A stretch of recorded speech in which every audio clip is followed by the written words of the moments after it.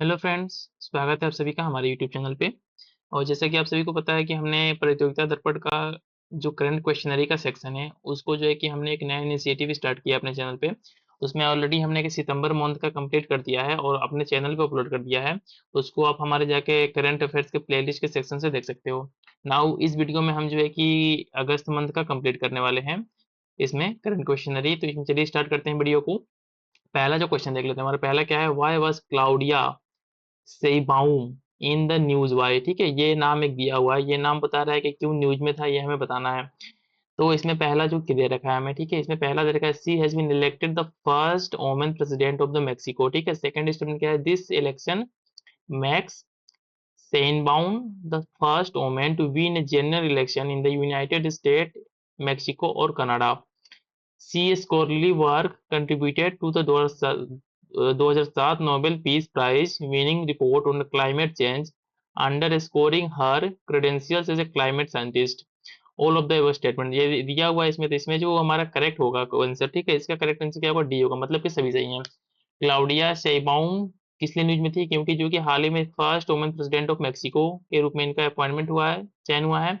साथ ही साथ में क्या थी ये, द इलेक्शन मेक्स इतना the first women to win a general election in the United State, Mexico और कनाडा। ठीक है, पहली वोमेन बनी है जो है कि तीनों जगह पे, जो कि यूनाइटेड स्टेट, मेक्सिको और कनाडा में तीनों कंट्री को मिला दिया जाए तो पहली वोमेन है जो है कि किसी कंट्री का जो है कि उस एरिया में इन्होंने जनरल इलेक्शन जीता है। साथ ही साथ में क्या थी, इन्हें 2007 में Nobel peace prize winning report on climate change underscoring her credentials as a climate scientist. ठीक है, ये भी उनसे रिलेटेड स्टेटमेंट है।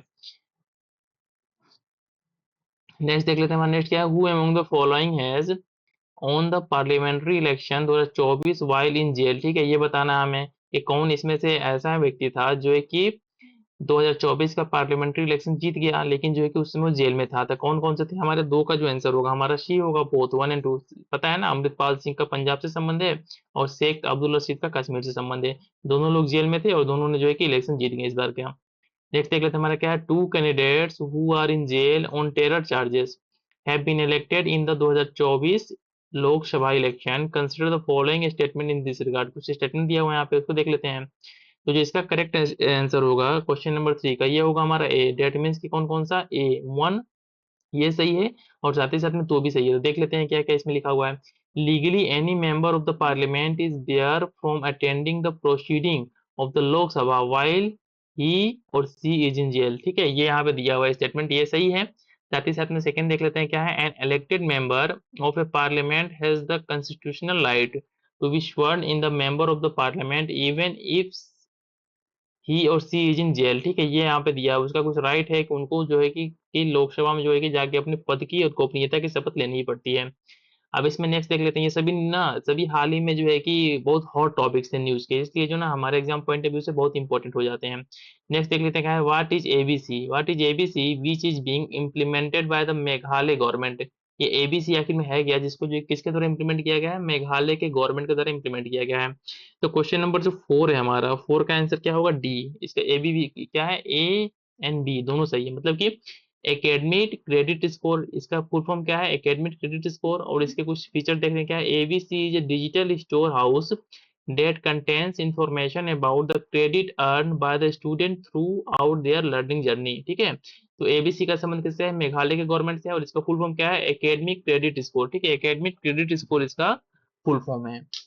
अब इसमें थोड़ा हम क्वेश्चन नंबर 5 देख लेते हैं अपना। ठीक है, इसमें क्या है, who among the following on Lok Sabha election 2024 with highest ever winning margin, किसका था ये बताना है हमें। तो क्वेश्चन नंबर 5 का आंसर क्या होगा, ए। ठीक है, ये क्या नाम है, राकिबुल हुसैन। ठीक है, जिसका संबंध किससे है, इंडियन नेशनल कांग्रेस से है। कहाँ से, धुबरी असम से इन्होंने सबसे हाईएस्ट मार्जिन के साथ इस बार का इलेक्शन जो हुआ था उसमें विक्ट्री हासिल की है। इसका नाम क्या है, रकीबुल हुसैन है, रकीबुल हुसैन है। और ये बहुत ही इंपॉर्टेंट हो जाता है हमारे एग्जाम पॉइंट ऑफ व्यू से, जो कि 17 बीपीएससी हो गया, यूपीपीसीएस हो गया। नेक्स्ट देख लेते हैं, who among the following on the recently concluded Lok Sabha election 2024 with the lowest winning margin. सबसे लोवेस्ट विनिंग मार्जिन के साथ किसने जीता, ठीक है, उसका उल्टा है। तो क्वेश्चन नंबर 6 का आंसर क्या होगा, एकनाथ शिंदे। एकनाथ शिंदे शिवसेना कैंडिडेट, जिसका नाम क्या है, रविंद्र दत्तारम, रविंद्र दत्तारम वायकर। जो कि मुंबई नॉर्थ से जो है कि इस बार का इलेक्शन लड़े थे। इनका संबंध किससे है? शिवसेना है, जो एकनाथ शिंदे वाली गुट हिस्से है।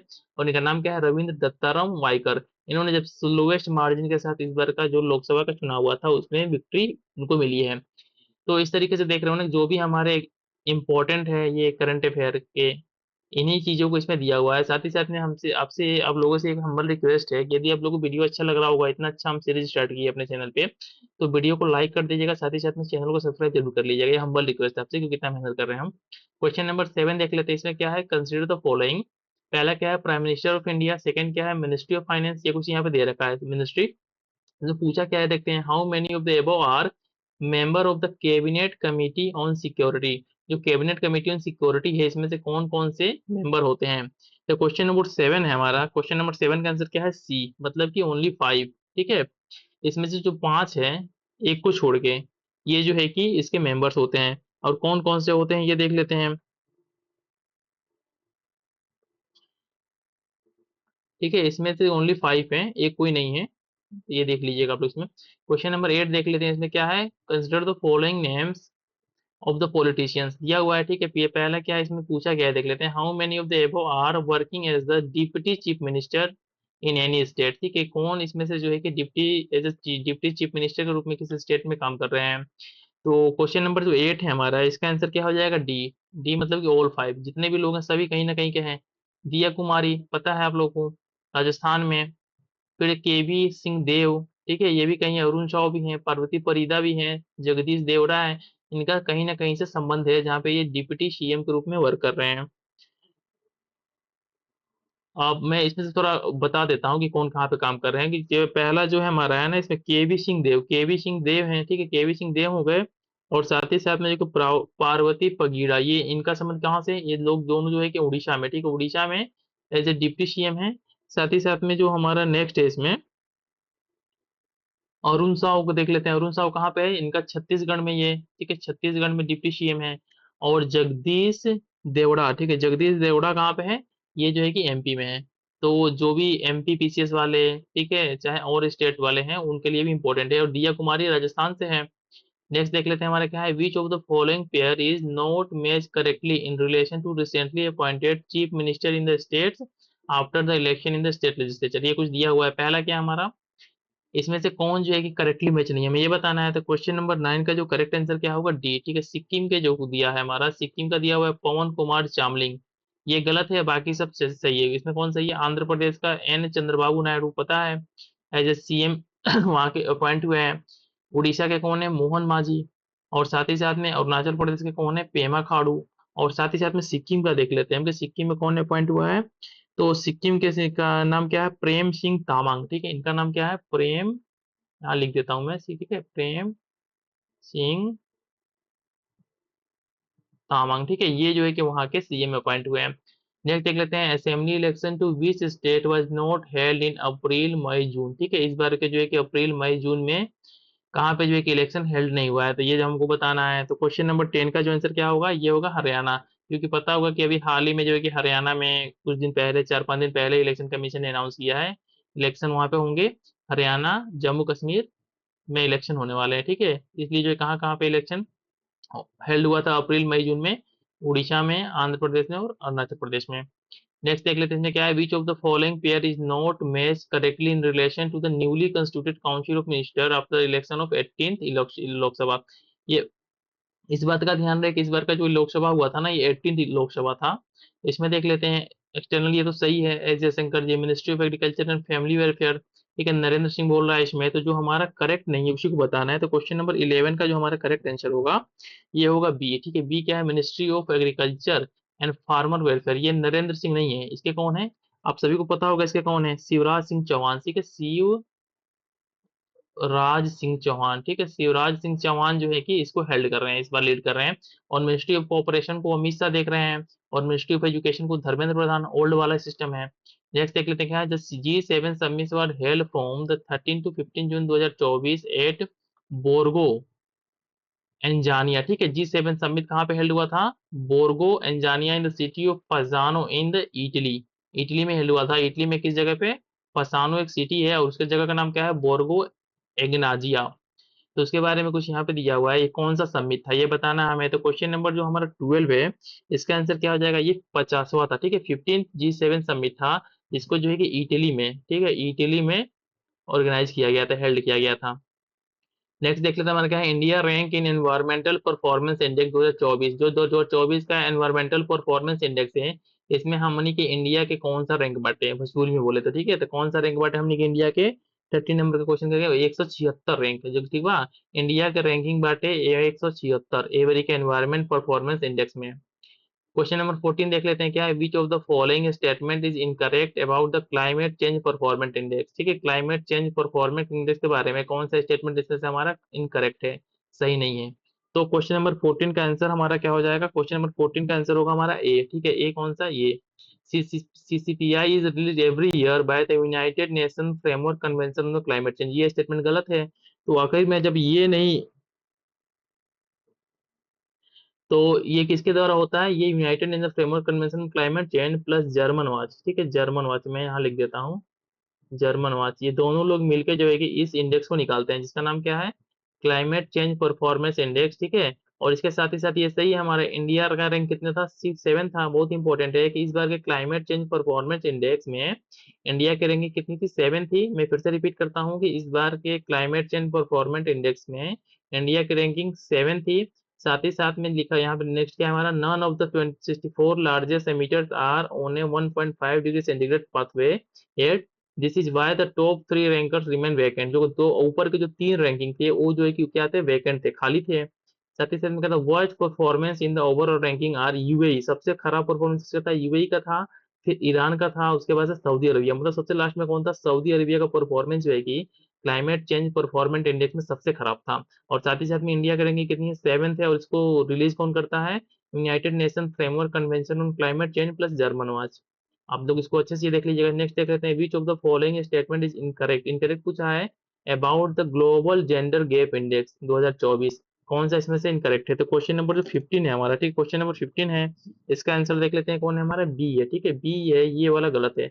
इसमें क्या बोला है, Finland is the top of in, top में बोला है तो ये गलत है। तो टॉप पे कौन था हमारा इस बार के, आइसलैंड था, फिनलैंड नहीं था। इस बार में जो है कि आइसलैंड था, मैं यहाँ लिख देता हूँ, और इसको आप लोग अच्छे से याद कर लीजिएगा। आइसलैंड जो है कि टॉप पे था। और साथ ही साथ में ये स्टेटमेंट सही है कि global gender gap index has been release by the world economic forum, किसके द्वारा, ग्लोबल जेंडर गैप इंडेक्स के द्वारा, वर्ल्ड इकोनॉमिक फोरम के द्वारा रिलीज होता है।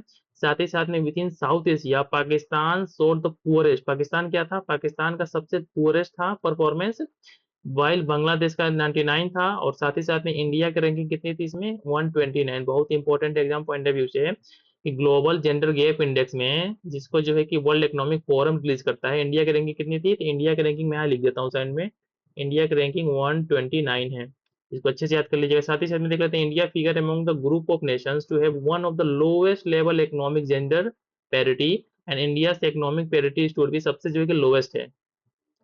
इसके बाद से नेक्स्ट देख लेते हैं हमारा, consider the following statement in relation to the principal secretary to the prime minister, ठीक है। ये कुछ दे रखा है यहाँ पे प्रिंसिपल सेक्रेटरी से रिलेटेड, जो कि पीएम के होते हैं।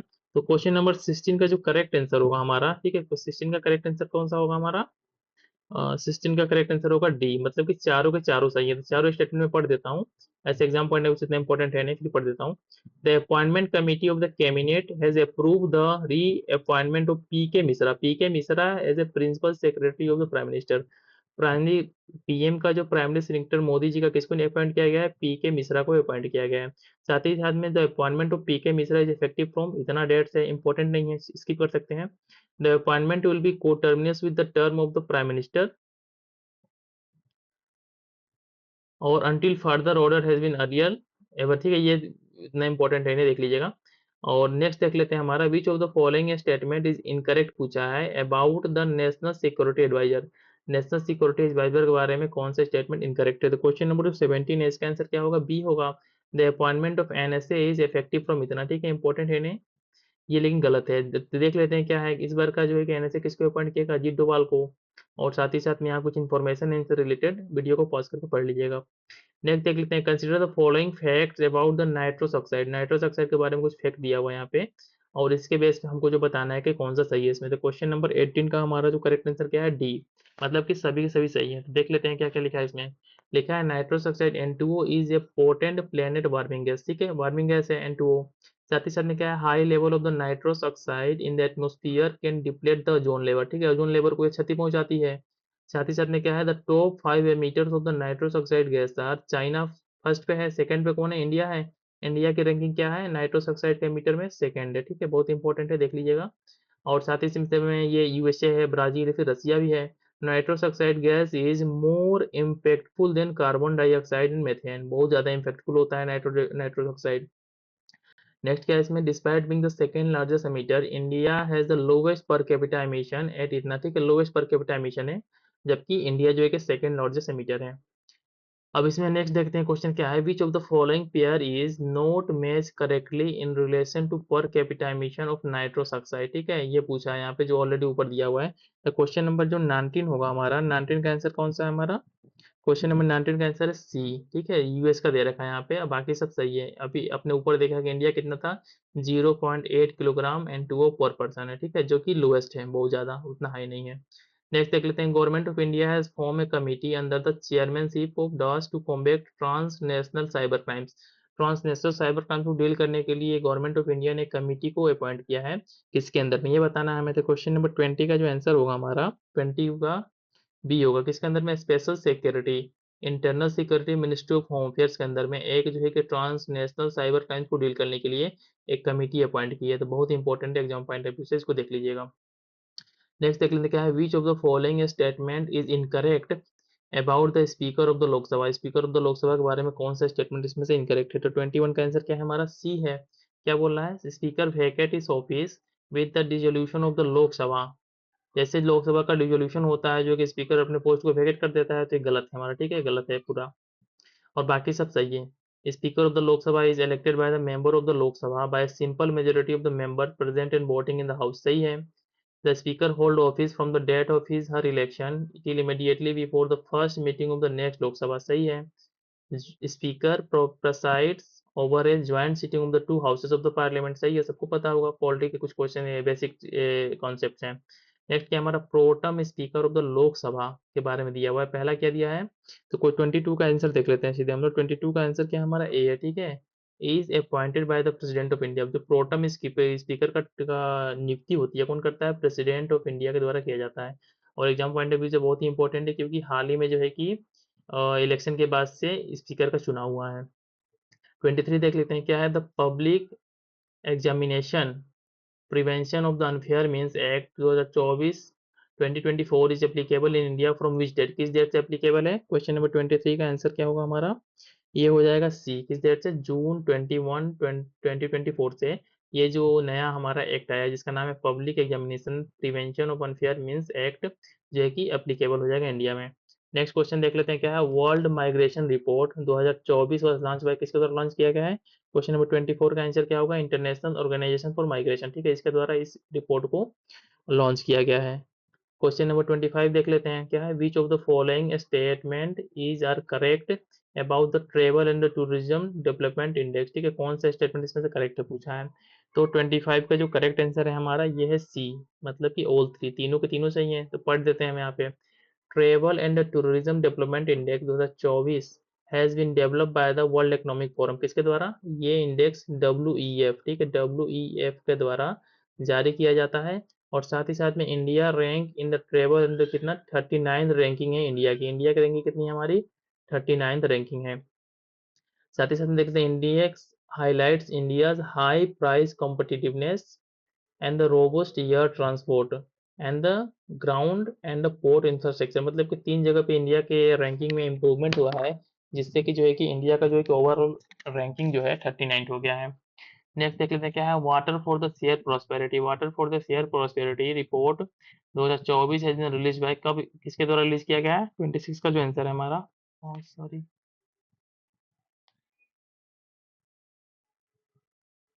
26 का जो आंसर देख लेते हैं सीधे हम लोग। 26 का आंसर है हमारा बी, किसके द्वारा, वर्ल्ड बैंक के द्वारा। Water for the share prosperity report किसके द्वारा रिलीज किया गया है, वर्ल्ड बैंक के द्वारा रिलीज किया गया है। 26 के बाद से हम 27 देख लेते हैं, national commission for the backward classes has recommended an increase in the reservation quota for the other backward classes in public employment in the state of, किस स्टेट में, 27 का जो करेक्ट आंसर है हमारा डी, मतलब कि ये देखिए 2 और 4, मतलब कि 2 कौन सा है पंजाब में और 4 कौन सा है वेस्ट बंगाल में। यहाँ पे जो कमीशन है जिसका नाम क्या है national commission for the backward classes से रिकमेंड किया है कि यहाँ पे जो ओबीसी का कोटा है उसको इंक्रीज कर देना चाहिए, किस स्टेट में, पंजाब में और वेस्ट बंगाल में। और एग्जाम पॉइंट ऑफ व्यू से बहुत इंपॉर्टेंट है आपके ये। नेक्स्ट देख लेते हैं क्या है, consider the following statement on May 21 24 Kabak Yano reach the Mount Everest. ठीक है, ये माउंट एवरेस्ट पे काबा के यानू ऋषि हुए थे। इसका पहले करेक्ट आंसर देख लेते हैं कौन सा हमारा है। तो 28 का जो करेक्ट आंसर है हमारा, 28 का करेक्ट आंसर है हमारा सी। ठीक है, सी है ऑल थ्री, मतलब कि तीनों के तीनों सही हैं। तो मैं इसको पढ़ देता हूँ अब। पहला क्या है कि ऑन मई 21 24 काबा के यानो क्या है, ये जो कि माउंट एवरेस्ट पे पहुंचे थे। साथ ही साथ में इन्होंने और क्या किया, Kabak Yano became the fifth women, ठीक है, fifth women climber from the Arunachal Pradesh and the first women from the Nyishi community to achieve this feat. ठीक है, दो इन्होंने अचीवमेंट में फर्स्ट प्लेस है इनका। ये पांचवी ओमेन है जो कि क्लाइंब की है अरुणाचल प्रदेश से माउंट एवरेस्ट पे, और साथ ही साथ में नीशी कम्युनिटी से फर्स्ट है। The Nyishi are the largest ethnic group in the Arunachal Pradesh. ठीक है, ये निशी कम्युनिटी का संबंध कहाँ से, हमारा अरुणाचल प्रदेश से, और यहाँ पर लार्जेस्ट इथेनिक ग्रुप है ये। नेक्स्ट देख लेते हैं, which of the following statement is are correct about the world health assembly. कौन इसमें करेक्ट है, तो 29 का आंसर क्या है हमारा, ये हो जाएगा हमारा सी, कौन सा, बोथ। ठीक है, 77th world health assembly was held in Geneva, कहाँ पे, जेनेवा में हेल्ड किया गया था। और साथ ही साथ में all for health, health for all was the theme of the world health assembly 2024, ये इसका थीम था। नेक्स्ट देख लेते हैं, which of the following statement is incorrect about the saga दावा। सागा दावा एक फेस्टिवल है, इसके बारे में कौन सा स्टेटमेंट इसमें इनकरेक्ट है बताना है। तो 13 का जो आंसर हो जाएगा हमारा ये है ए, कौन सा है ये। ठीक है, फेस्टिवल ऑफ द सागा दावा celebrated every year in Sikkim, Sikkim में नहीं, इसको कहाँ पे सेलिब्रेट किया जाता है। क्वेश्चन नंबर 30 का आंसर देख लेते हैं। ठीक है, सिक्किम में सेलिब्रेट किया जाता है on the occasion of the Guru Purnima, नहीं बुद्ध पूर्णिमा। ठीक है, सिक्किम में सेलिब्रेट किया जाता है लेकिन बुद्ध पूर्णिमा के ओकेजन पे। ठीक है, गुरु पूर्णिमा के ओकेजन पे नहीं, ये थोड़ा सा चेंज कर दिया है। तो ये हमारा स्टेटमेंट गलत है, बाकी सब सारे के सारे इसमें स्टेटमेंट इसके अकॉर्डिंग सही है। इंपॉर्टेंट इसमें क्या है कि सागा दावा एक फेस्टिवल है जिसको कहाँ पे सेलिब्रेट किया जाता है, इसको सेलिब्रेट किया जाता है सिक्किम में। ये इंपॉर्टेंट है कि सिक्किम में इस फेस्टिवल को सेलिब्रेट किया जाता है। नेक्स्ट देख लेते हैं कि हमारा prime minister Narendra Modi visited which of the following country in June 2024 after taking oath of the third time in a row. किस प्लेस को विजिट किया, इसके ऑलरेडी ये क्वेश्चन जो है कि सितंबर के मंथ में भी क्वेश्चनरी में दिया था, इसमें रिपीट किया इस क्वेश्चन को। तो 31 का आंसर क्या होगा हमारा, इटली। इटली में जो है कि गए थे मोदी जी। 32 देख लेते हैं, who among the following was elected as the speaker of the 18th Lok Sabha, किसको अपॉइंट किया गया है। तो 32 का आंसर क्या है, ओम बिरला। सबको पता है कि ऑलरेडी फिर से रिपीट कर रहे हैं अपने टर्म को। तो मैंने जो है कि इस वीडियो में, और 32 क्वेश्चन थे, 32 क्वेश्चन थे क्वेश्चनरी से, इसको कंप्लीट कर लिया। ये था हमारा अगस्त का।